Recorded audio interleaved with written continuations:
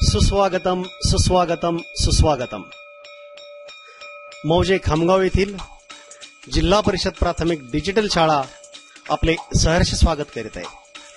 पंचायत समिती शिक्षण विभाग शेवगाव, गट शिक्षण अधिकारी माननीय श्री भुगे साहेब, शिक्षण विस्तार अधिकारी माननीय श्रीमती रावळ मॅडम, जोहरापूर केंद्राचे केंद्र प्रमुख माननीय श्री पानगे साहेब यांच्या मार्गदर्शनाखाली खामगाव येथे ई लर्निंगची चळवळ सुरू केली।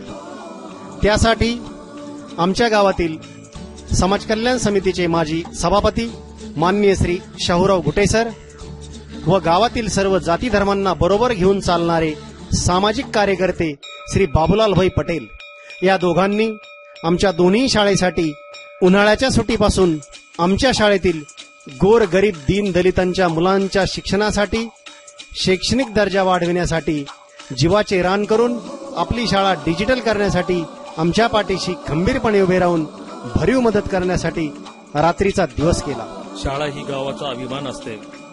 सरपंच म्हणजे गावाचा प्रथम नागरिक, तसेच गावाचा विकास व शाळेचा विकास या एकाच नाण्याची दोन बाजू आणि या दोन्ही बाजू सक्षम करावायच्या असतील तर सरपंच व ग्रामपंचायत सदस्य कार्यक्षम असावे लागतात। योगायोगाने आम्ही स्वतःला भाग्यवान समजतो की आमच्या नशिबाने सरपंच व ग्रामपंचायत सदस्य अतिशय कार्यक्षम लाभले। सध्या कार्यरत असणारे आमच्या गावाचे भूषण सौ नूरजहां मंसूर पटेल व त्यांचे पती श्री मंसूर पटेल व उपसरपंच श्री दिगंबर बर्दे व ग्रामपंचायत सदस्य यांनी आपल्या ग्रामपंचायतच्या वतीने शाळेला एक LED भेट म्हणून द्यावा असे आम्ही शाळेच्या त्यांच्याकडे प्रस्ताव मांडला। क्षणाचाही विचार न करता तो सर्वांनी मान्य केले व आमच्या शाळेला 30,000 रुपये किमतीचा 40 इंची LED शाळेला भेट म्हणून देण्यात आला।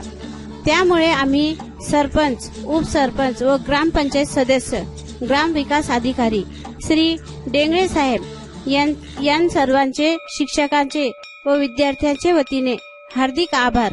तुम्ही दिलेल्या LED वर आमचे विद्यार्थी शिक्षण घेत आहे। मैं आप सब के लिए एक शेर कहना चाहती हूँ। हम अकेले ही चले थे जानिबे मंजिल मगर, हम अकेले ही चले थे जानिबे मंजिल मगर, आप सब आते गए कारवा बनता गया। अशा प्रकारे ग्रामपंचायतचे सहकार्य आम्हाला सदैव मिळावे अशी शाळेतर्फे शिक्षकांची व विद्यार्थ्यांची नम्रतेची विनंती।